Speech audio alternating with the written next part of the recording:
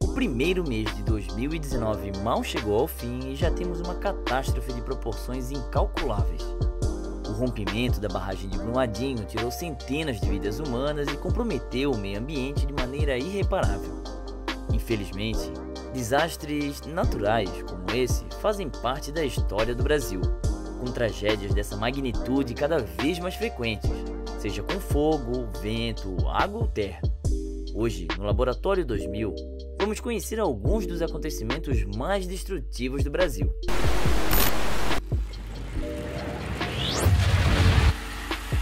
Em 1963, foi a vez do Paraná virar o inferno. Um incêndio devastador atingiu 128 cidades do estado e 2 milhões de hectares foram completamente devastados ao longo de 2 meses. Os campos estavam secos em razão das fortes geadas daquele ano e, como era de costume, os lavradores faziam pequenas queimadas para limpar o terreno. Uma vez que o incêndio teve início, não demorou muito para o fogo avançar sem controle. Foi o pior incêndio registrado no Brasil e um dos maiores do mundo. Em um relatório elaborado pelo governo do estado, o cenário foi descrito, na época, por um sobrevivente.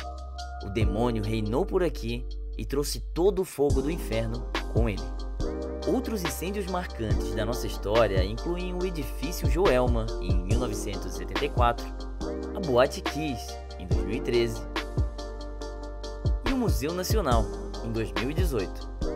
Mas foi a partir de 1998 que o Brasil aprendeu a difícil lição de que não é exceção para o resto do mundo no que se refere a incêndios florestais.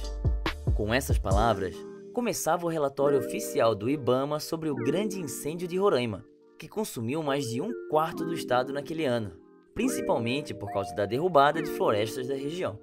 Em outubro de 2017, o Parque Nacional da Chapada dos Veadeiros, em Goiás, sofreu o maior incêndio da sua história, queimando cerca de 25% da área total da reserva, o equivalente à metade da cidade do Rio de Janeiro.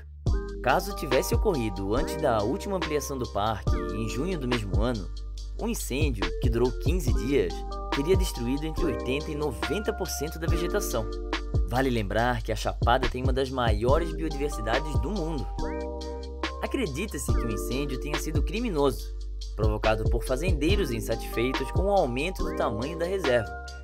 Os incêndios ocorrem naturalmente no cerrado na estação chuvosa, em consequência dos raios, mas não na estação seca, quando ocorrem somente pela ação humana. E é justamente essa ação humana que tem tornado difícil a vida dos bombeiros no estado do Espírito Santo, que já chegaram a atender 30 ocorrências por dia. Ao longo do trecho da BR-101 que passa pelo estado, mais de 270 incêndios foram registrados nos meses de dezembro de 2018 e janeiro de 2019.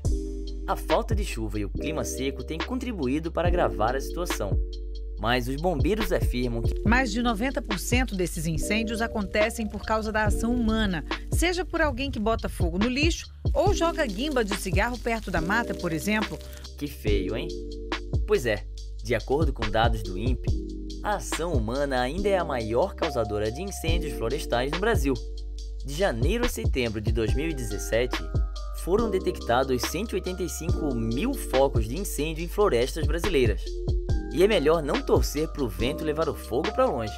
Talvez você não saiba, mas o Brasil é considerado o segundo país mais propício para a formação de tornados, perdendo apenas para os Estados Unidos.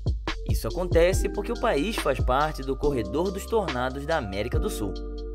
Falando nisso, uma rápida explicação da diferença entre tornado, ciclone, tufão e furacão. Ciclones são movimentos de ar giratório que envolvem centenas de quilômetros, sendo necessária imagens de satélite para ter noção da magnitude. Os tornados atingem uma área menor e são visíveis diretamente, porém alcançam velocidades superiores. O grau de destruição é até maior que o do ciclone.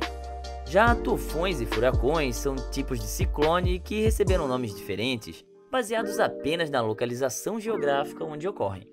Mas voltando ao Brasil, o caso mais famoso aconteceu em 30 de setembro de 1991, na cidade de Itu, em São Paulo, quando um tornado atingiu uma intensidade 4 na escala Fujita, que vai até 5. Ônibus foram arremessados, mais de 2.000 casas foram destruídas e a cidade ficou devastada. Esse foi o maior e pior tornado da história do Brasil. Mas não para por aí. Em 2005, na cidade de Indaiatuba, São Paulo, tivemos o primeiro tornado com multivórtices a ser registrado no hemisfério sul e o primeiro violento do Brasil a ser registrado através de imagens. Em 2015, em Santa Catarina, 2 tornados atingiram o oeste do estado e cerca de 800 mil pessoas foram afetadas. E em 2018, um tornado de intensidade 3 atingiu 24 cidades gaúchas. Isso são apenas alguns dos casos mais famosos, pois entre 1990 e 2011 foram registrados pelo menos 205 desses fenômenos meteorológicos em território nacional. Esse aumento de número de tornados no Brasil se deve, principalmente, ao crescimento populacional. Com a urbanização do Brasil, muitas famílias deixaram as áreas rurais e foram morar nas cidades, iniciando um processo de grandes ocupações diárias. Ao longo do tempo, o despreparo e falta de planejamento urbano no Brasil permitiu que esse fenômeno social gerasse problemas de grandes proporções.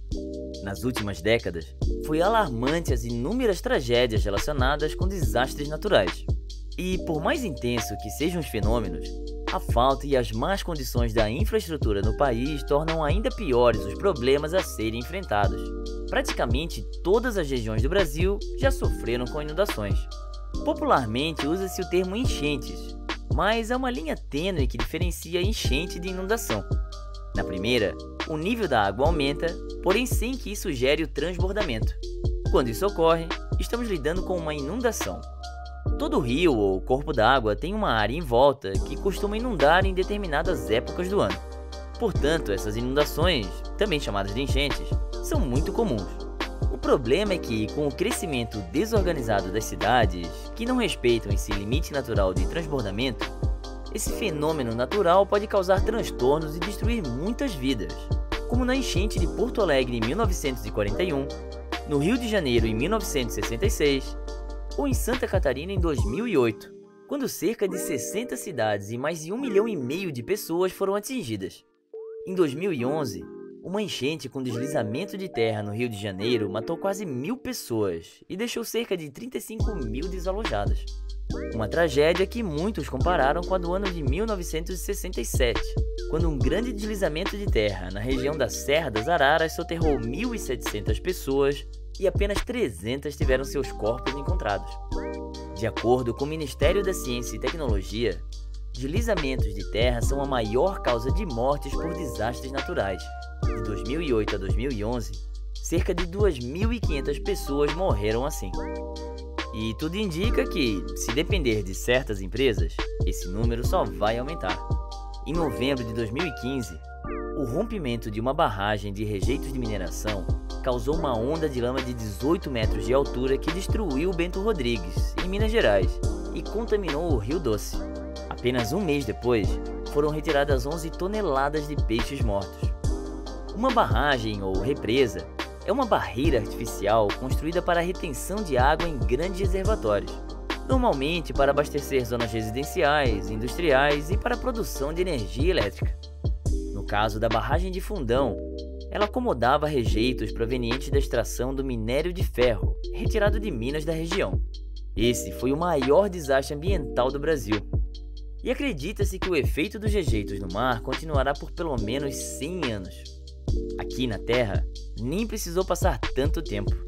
Apenas 3 anos depois, outra barragem da Vale rompeu e a avalanche de rejeitos de mineração devastou parte da cidade de Brumadinho, na região metropolitana de Belo Horizonte. Até a gravação desse vídeo, havia pelo menos 276 desaparecidos e 84 mortes confirmadas. E o número de vidas destruídas não para de subir.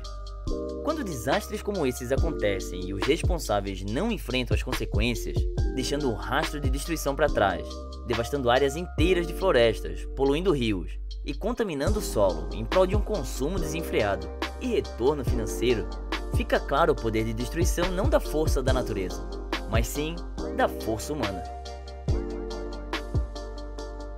E aí pessoal, beleza? Aqui é o Ricardo, o editor dos vídeos, tá? A gente tem que passar um recado. Alguns de vocês perceberam no vídeo anterior que a gente deu um pequeno errinho, falando que a água era transparente e também pelo motivo dela ser azul. Na realidade, ela não tem o mesmo motivo do céu. e ela também não é transparente. A água é sim azul. A gente está deixando um link aqui embaixo do canal Ciência Todo Dia, que tem uma explicação bem rápida e bem legal sobre, e já vamos deixar eles de dica como um canal para vocês conhecerem. Beleza? Então é isso, até semana que vem no próximo vídeo. Valeu! Esse foi o Laboratório 2000. Se você gostou desse vídeo, clique em gostei e compartilhe com seus amigos. Se é a sua primeira vez no canal, se inscreva e até a próxima!